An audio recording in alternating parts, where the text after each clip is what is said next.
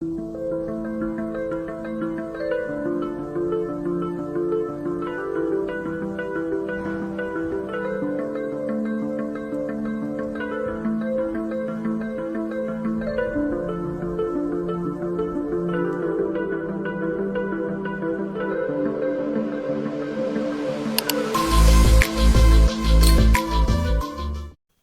baik.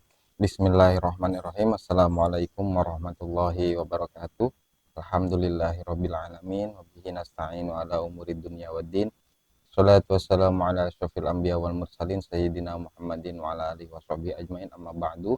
Qala rabbi shrah li sadri wa yassir li amri wahlul 'uqdatam min lisani yafqahu qawli.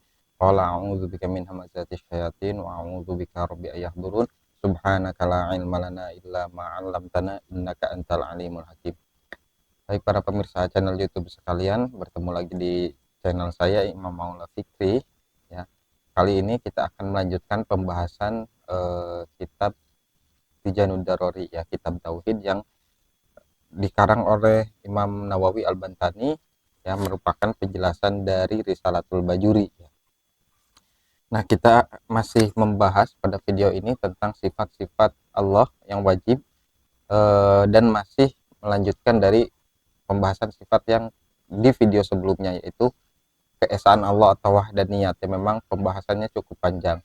Pada video sebelumnya saya menjelaskan bahwa di kitab ini disebutkan sifat wahdaniyat Allah itu Allah tunggal dalam zatnya, kemudian juga dalam sifatnya ya, dan mustahil bagi Allah itu ta'addud ya, bermacam-macam ya kalau saya tidak salah. Nanti tolong dikoreksi lagi atau dilihat lagi di video sebelumnya ya. Nah, juga Allah itu wahdaniyat dalam segala perbuatannya, segala pekerjaan-pekerjaannya, al-af'alnya gitu ya, tunggal, tidak membutuhkan kepada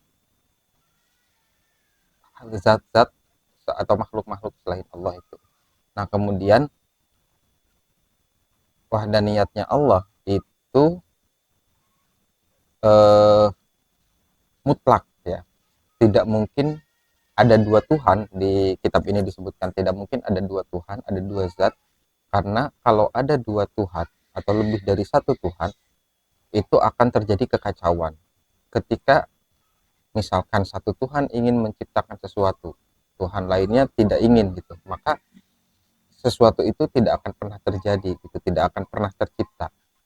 Kemudian ataupun ketika satu Tuhan menginginkan yang baik, yang lainnya menginginkan yang buruk misalkan, itu pun akan terjadi kerancuan. Makanya tidak mungkin ada dua Tuhan atau bahkan lebih. Nah, masih melanjutkan tentang wahdaniyat atau ketunggalan ya. Di kitab ini dijelaskan dalil tentang Allah itu tunggal dalam segala pekerjaannya atau wahdaniyat fi af'alihi ya. Wa amma dalilu wahdaniyat fil af'al bimakna adamu alkamu ya, al muttasilu fiha wa huwa adamu musyarakati li ghairi lahu ta'ala fil fi'li. Jadi dalil atau petunjuk ya. Jadi ketika di sini dikatakan dalil itu bukan berarti ya, ini mengingatkan lagi ya, ketika dikatakan dalil itu bukan berarti dalil yang tekstual ya, yang tertulis dalam Al-Qur'an atau Al-Hadis. Di sini juga Imam Nawawi menggunakan kalimat kata dalil ini sebagai salah satunya dalilul akliyah ya, kan ada dalilul nakliyah, ada dalilul akliyah. Dalil-dalil logis ya. Jadi Imam Nawawi menjelaskan secara logisnya. Jadi dalil logisnya itu wahdaniyat atau Allah itu tunggal adalah dalam hal pekerjaannya, af'alnya adalah tidak ada kuantitas atau tidak ada jumlah yang ittisal, yang bersambung ya, yang mutasil dalam pekerjaan Allah itu ya, bahwa adamun musyarakati li ghairillahu ta'ala, yaitu tidak adanya campur tangan selain Allah terhadap pekerjaan-pekerjaan Allah gitu ya. Jadi Allah tidak perlu zat lain, Allah tidak perlu sesuatu yang lain untuk melakukan semua pekerjaannya, gitu ya. Semua atas kekuasaan Jalla wa Azza wa izhi, gitu ya, kebesaran dan kekuasaan Allah Subhanahu wa taala. Jadi tidak bergantung terhadap makhluk, gitu ya, tidak tergantung, tidak ada makhluk yang mutasil fi af'aliha, gitu, tidak ada makhluk yang berikut turut campur dalam pekerjaan-pekerjaan Allah itu. Wa amma dalil wahdatil af'ali bimakna adamu al-kammu al-munfasilu fiha bi ayyakuna li ghairihi ta'ala ta'thir fi fi'li minal af'al ala infiradihi, ya. Dan adapun dalil dari wahdaniyatil af'al bimakna adamu al-kamul munfasil, yang berarti tidak adanya jumlah atau kuantitas yang terpisah, fiha bi ayyakuna li ghairihi ta'ala ta'thir, tidak fiha terhadap pekerjaan-pekerjaannya, bi ayyakuna li ghairihi ta'ala ta'thir, menjadi bi ayyakuna li ghairihi ta'ala ta'thir, menjadi terpengaruh, ya, menjadi berpengaruh oleh selainnya, gitu. Jadi dalil wahdaniyat itu, kata Imam Nawawi, ada adamu al-kammu muttasil, tidak adanya kuantitas yang tersambung, ya, tidak adanya yang turut campur terhadapnya. Kemudian ada juga adamu al-kammu al-munfasil, tidak adanya kualitas atau kuantitas yang berpisah dari kekuasaan Allah. Bimakna di sini ta'thirun fil fi'li minal af'al la infiradihi, segala sesuatu yang dampak dari pekerjaan itu adalah pekerjaan-pekerjaan Allah ala infiradihi, dan itu dilakukan oleh atau ala infirad, atas dirinya sendiri, gitu. Fa in kudirat syai' ma'thuron mu'atharon, ya, bi tabi'ihi lazima ayyastagniya dzalikal athar an maulana jalla wa az kaifa wa huwa alladzi yaftaqiru ilaih kullu ma siwa wa in qudirathu mu'atharon bi quwwati ja'alahu Allahu fihi kama. Nah, jadi ini di sini inti penjelasannya adalah ketika ketika terjadi sesuatu, gitu, yang kausalitas dampak dari sesuatu itu karena Allah, Allah yang menghendaki itu, Allah yang melakukan itu, dan kejadian itu tidak membutuhkan kepada makhluk. Artinya makhluklah yang membutuhkan Allah, gitu ya, makhluk yang membutuhkan Allah, tidak mungkin Allah membutuhkan makhluk, gitu ya. Jalla yastaghniya dzalikal asran maulana jalla yastaghniya dzalik, ya, jadi makhluk yang membutuhkan itu, wa huwa alladzi yaftaqiru ilahi kullu ma siwahu, jadi yang fakir terhadapnya selain Allah itu fakir terhadap Allah, membutuhkan Allah, gitu ya. Masih wa in kedua bi quwwatihi ja'alallahu fiha, jadi kalaupun terjadi sesuatu itu karena Allah. Misalkan ada tumbuhan ini tumbuh, gitu ya, itu terjadi ya karena Allah, bukan karena sebabnya disirami, dipupuki, tapi tetap hakikatnya itu terjadi karena kehendak Allah, dan Allah yang menumbuhkan tanaman ini, gitu ya. Itu di surat Waqiah juga ada tuh diulang-ulang, kalau apakah kalian tidak memperhatikan air yang kalian minum, atau tidak memperhatikan pohon-pohon, gitu, apakah kalian yang menumbuhkan atau kami yang menumbuhkan, gitu, kata Allah di surat Al-Waqiah. Nah, kemudian di kitab ini disebutkan kama yaz'umuhu katsiran minal awam mu'minin fa innahum ya'taqiduna annal asbabal adiyah mu'assaratan bi quwwati ja'alahu fiha walau naza'aha minha la tu'thar kazamihim, seperti bagaimana yang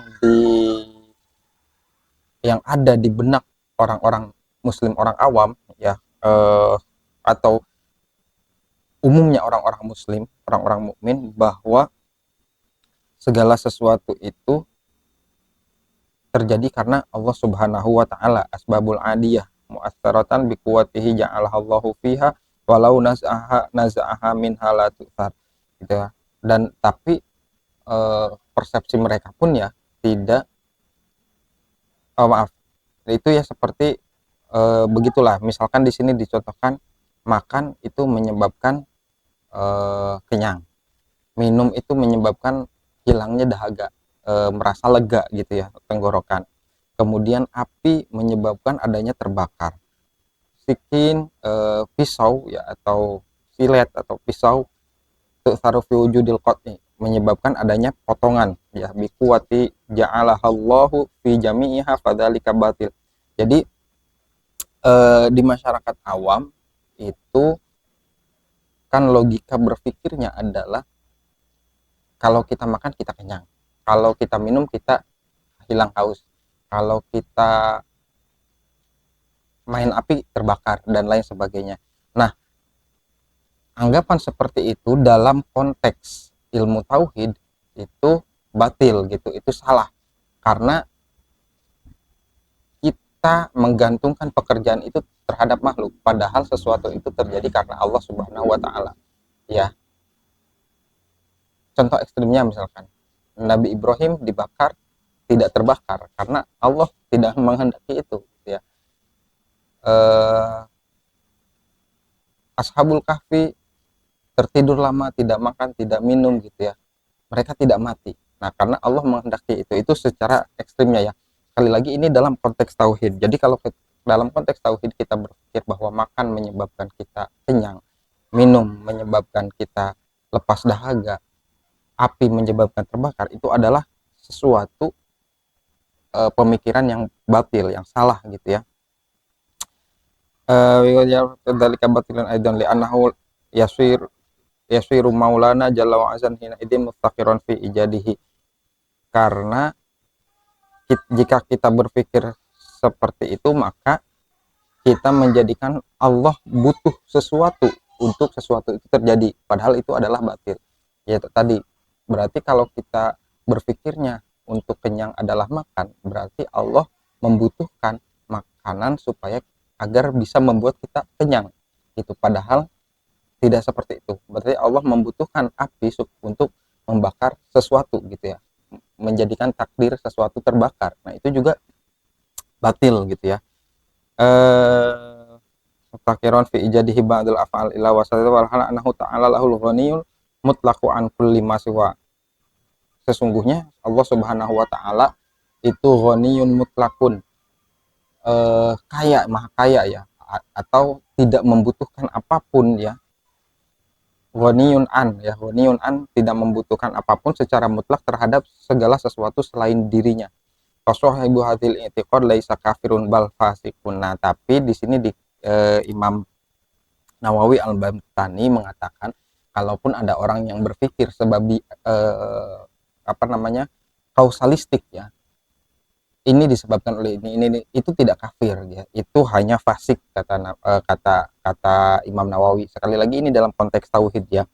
Wa yaqrabu min hadza i'tiqadu al-mu'tazilah ya, dan yang mendekati dengan keyakinan ini adalah keyakinannya orang Mu'tazilah. Jadi kalau kalian membaca tentang sejarah perkembangan umat Islam ya, ada kaum namanya Mu'tazilah yang rasional atau rasionalis gitu ya, yang mengedepankan logika. Nah, salah satunya mereka berkeyakinan bahwa menurut orang Mu'tazilah makhluk atau manusia itu bisa menciptakan pekerjaannya sendiri, tidak perlu ditentukan oleh Allah. Nah, itu salah satu pemikiran Mu'tazilah. Padahal kata Imam Nawawi itu tidak seperti itu gitu ya. Jadi sekali lagi, segala sesuatu itu terjadi bukan kausalitas gitu, tapi karena Allah Subhanahu, penyebab tunggalnya adalah Allah gitu. Nah, ini dalam konteks tauhid ya. Jadi bukan kafir, karena saya sempat melihat sebuah video potongan ya, video pendek yang mengatakan bahwa apa yang diajarkan di IPA itu jadi membawa kita pada kekafiran, ya hujan itu bukan terjadi karena apa namanya, menguapnya air laut dan lain sebagainya. Dalam konteks tauhid ya seperti itu, tapi bukan berarti menjadi kafir gitu. Dalam kitab ini disebutkan bahwa orang yang percaya dengan proses alamnya itu percaya, bukan percaya ya, yang meyakini itu dan tidak ada Allah, tidak ada keterlibatan Allah di sana, itu hanya fasik gitu, tidak sampai kafir gitu ya. Artinya ya sama-sama buruk tentunya, tapi jangan sampai kita mengkafirkan orang kemudian nanti tidak belajar ilmu pengetahuan ya. Kita tetap harus mempelajari ilmu pengetahuan dan nantinya kita harus nisbahkan, kita harus kaitkan kepada Allah Subhanahu wa taala bahwa proses hujan ini terjadi dari menguapnya air laut ya, kemudian menggumpal menjadi awan, kemudian turun sebagai apa namanya, air. Proses itu adalah proses kausalitasnya yang penyebab utamanya karena Allah menghendaki itu terjadi gitu. Semua makhluknya berjalan sesuai kudrah dan irodatnya ya. Jadi itu sebaiknya melakukan pandangannya seperti itu gitu ya. Jadi tidak langsung menghakimi, nanti orang tidak ada lagi yang mau belajar IPA, kedokteran ataupun apa ilmu-ilmu lain ya. Itu nanti malah berbahaya bagi kehidupan manusia. Baik, itu saja yang ingin saya sampaikan. Semoga apa yang saya sampaikan bermanfaat. Wallahul muwaffiq ila aqwamit thoriq. Wassalamualaikum warahmatullahi wabarakatuh.